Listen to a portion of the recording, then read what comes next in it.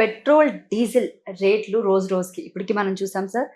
యుద్ధం కారణంగా ఇప్పటికంటే మోడీ గారు వచ్చి ప్రసంగం చేసిన తర్వాత ఇది నాలుగోసారి పెట్రోల్, డీజిల్ రేట్లు పెరగడం. దీనివల్ల ప్రజలు చాలా తీవ్ర ఇబ్బందులకు గురవుతున్నారు. అలాగే పబ్లిక్ ట్రాన్స్‌పోర్టేషన్ విషయంలో కూడా ఇందులో ఏవైనా మార్పులొచ్చే అవకాశం ఉందంటారా? అంటే ప్రైజెస్ ఏమైనా హైక్ చేయడం వల్ల? అది అస్సలు విషయం యుద్ధం మన చేతుల్లో లేదు. యుద్ధం పర్యవసానం మనందరికీ ప్రపంచం మొత్తానికి, మన ఒక్కళ్ళకి కాదు, ప్రపంచం మొత్తానికి అక్కడి నుంచి వచ్చిన ముడి చమురు ఆగిపోయింది, గ్యాస్ ఆగిపోయింది, ఎరువులు ఆగిపోయినాయి. ఈ భారాన్ని మన ఖజానా నుంచి భరించాం. ఎవరు ఫ్రీగా ఇవ్వట్లా మనకి. చాలామంది అర్థం చేసుకుంది ఏంటంటే 3-4 సార్లు పెట్రోల్, డీజిల్ ధరలు పెరిగినాయి, 8-7 రూపాయలు పెరిగింది. అయ్యో అనుకుంటా. సహజంగానే ఎవరికి ఇష్టం ఉంటుంది? నాకు ఫ్రీగా ఇస్తే మరీ సంతోషం. మనం ఏ మనిషికైనా ఏదైనా తక్కువ ఖరీదుతో రావాలని కోరుకుంటాం, తప్పులేదు.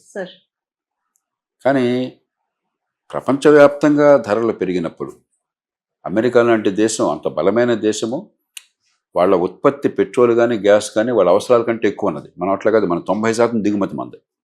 వాళ్ళు 100 పాళ్ళ కంటే ఎక్కువ ఉత్పత్తి చేసుకుంటున్నారు. అయినా వాళ్ళకి ధరలు పెరిగినాయి. ఎందుకని? ఆ దేశం స్వయం సంపన్నమైనా కూడా ప్రపంచ మార్కెట్లో ధరలు అక్కడ పెరుగుతాయి. మనం స్వయం సంపన్నం కాదు, మనం కొనుక్కోకపోతే మనకి వేరే గతి లేదు అసలు. అమెరికాలో ధరలు పెరిగినాయి. అమెరికాలో 50% పెరిగినాయి ధరలు. పెట్రోల్, డీజిల్ ధరలు అక్కడ, పెట్రోల్ ధర, గ్యాస్ ధర $3 లోపల ఉండేది ఒక గ్యాలన్, $2.9 అట్లా ఉండేది. ఇవాళ 4.5, 4.52కి వెళ్ళింది అమెరికాలో. అంతగా సంపద ఉండి, అంతగా ఉత్పత్తి ఉన్న దేశంలో, మన దేశంలో ఇవన్నీ కలిపినా కూడా గతం కంటే పెరిగింది 10%. కాబట్టి ఇది అనివార్యం. లేకపోతే ఏమవుతుంది? ఈ డబ్బుల్ని ఖజానా నుంచి తీసుకుంటున్నాం. ఖజానా డబ్బులు ఎవరివి? నరేంద్ర మోదీ గారి డబ్బు కాదు, రేవంత్ రెడ్డి గారి డబ్బు కాదు, చంద్రబాబు నాయుడు గారి డబ్బు కాదు, మన పన్నుల డబ్బు. కాబట్టి వినియోగం చేస్తున్న పెట్రోల్ కొనేప్పుడు పన్ను కట్టే వాళ్ళ నుంచి డబ్బు రావాలన్నా, వినియోగం చేసే వాళ్ళ నుంచి డబ్బు రావాలన్నా, అది ఒక్కటే ఇక్కడ. వినియోగదారులు అయితే మంచిది కదా. కనీసం నేను ఎంత ఖర్చు పెడుతున్నానో ఆ డబ్బు నేను ఇస్తుంటే నేను కొంచెం బాధ్యతగా వ్యవహరిస్తాను. సరదాగా ఐస్ క్రీమ్ తినడం కోసం చెప్పను, వ్యాహ్యాల కోసం చెప్పిన పిల్లలతో 20 కిలోమీటర్ల దూరం వెళ్ళను నేను. లేకపోతే ఎలక్ట్రిక్ కార్ వాడతాను వీలున్నంత మేరకు, లేకపోతే పబ్లిక్ ట్రాన్స్పోర్ట్ వాడతాను, లేకపోతే సైకిల్ వాడతాను, నడిచి వెళ్తాను. ఎందుకు వేస్ట్ ఇదంతా అని చెప్పాను. ఆ డబ్బులు, ఆ ఖరీదు అనేది లేదనుకోండి, ప్రపంచం ఎట్లా పోయినా కూడా, అంతర్జాతీయంగా మన సరఫరా తగ్గిపోయినా కూడా, సంక్షోభం ఉన్నా కూడా, నాకెందుకే, నా చిన్ని బతుకు శ్రీరామ రక్ష, రేటు తక్కువ ఉంది కదా, నా డబ్బులు ఇంకోండి ఎంతైనా వెళ్తానని చెప్పి చేశారనుకోండి, ఏమవుతుంది దేశం?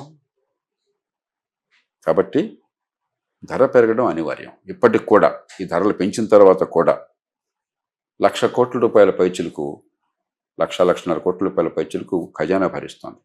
గతంలో నేను వేసిన లెక్క ప్రకారం రోజుకు 1,000 కోట్ల రూపాయలు ఖజానా నుంచి ఖాళీ అవుతున్నారు.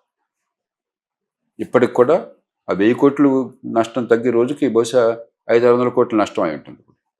ఇది చిన్న నష్టం కాదు, ఖజానా భరిస్తుంది. అంచేత పెట్రోల్ ధరలు పెరగడం ఎవరికి ఇష్టం ఉండదు, కానీ అనివార్యం, మన చేతుల్లో లేదు. కొన్ని సందర్భాల్లో ప్రపంచవ్యాప్తంగా ఒక మౌలిక సంక్షోభం వచ్చినప్పుడు మనం దాన్ని ఎలా ఎదుర్కోవాలని ఆలోచించాలా, వెంటనే ఇప్పుడు ఎలా ఎదుర్కోవాలి. దీర్ఘకాలంగా, మీరు పబ్లిక్ ట్రాన్స్పోర్ట్ అన్నారు, దీర్ఘకాలంగా అసలు ఈ అవసరం లేకుండా, పెట్రోల్ ఒకవేళ కొరత వచ్చినా కూడా దేశానికి ఇబ్బంది లేకుండా చేయాలని చెప్పంటే పబ్లిక్ ట్రాన్స్పోర్ట్ పెంచాలి. ప్రపంచం అంతా పబ్లిక్ ట్రాన్స్పోర్ట్ బ్రహ్మాండంగా ఉంటుంది. మీరు న్యూయార్క్ వెళ్ళండి, అక్కడ 128 మందికే సొంత వాహనాలు ఉండేది. హైదరాబాద్లో 70-80 మందికి ఉన్నాయి. 81 లక్షల సొంత వాహనాలు ఉన్నాయి ఇక్కడ హైదరాబాద్ నగరంలో. ఢిల్లీ కంటే ఎక్కువ ఉన్నాయి, ముంబై కంటే ఎక్కువ ఉన్నాయి, లండన్ కంటే ఎక్కువ ఉన్నాయి. ఎందుకని? పబ్లిక్ ట్రాన్స్పోర్ట్ లేదు, మంచి ప్రమాణాలు కలది, సురక్షితమైనది, నమ్మదగ్గది లేదు. కాబట్టి నమ్మకం లేక సొంతగా కొనుక్కోవాల్సి వస్తుంది.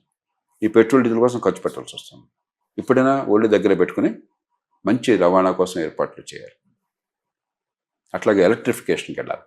ఎలక్ట్రిక్ వెహికల్స్ ఇక డీజిల్ మీద, పెట్రోల్ మీద కాకుండా యుద్ధ ప్రాతిపదికన చేయడం ఏ రకంగా అయితే వెళ్ళిందో ఆ స్థాయిలో యుద్ధ ప్రాతిపదికన ఇక కొద్ది సంవత్సరాల్లో కొత్తగా డీజిల్ పెట్రోల్ వెహికల్స్ ఉండడానికి వీలు లేదు. ఆ స్థాయికి మనం తీసుకెళ్ళాలి దేశాన్ని. అలాగే ప్రత్యామ్నాయ ఇంధనాలను తయారు చేసుకోవాలి. వ్యవసాయం నుంచి ఉదాహరణకి ఇప్పుడేం చేస్తున్నాం మనం, తెలుగు రాష్ట్రాలు తీసుకోండి, కర్ణాటక తీసుకోండి, మరికొన్ని రాష్ట్రాలు తీసుకోండి, మార్కెట్లో అవసరం లేకపోయినా కూడా అందరూ వరేస్తున్నారు. తెలంగాణలో వరి ఉత్పత్తి 3 రెట్లు పైగా పెరిగింది గత 10-15 ఏళ్ళుగా. తినేవాళ్ళు లేరు.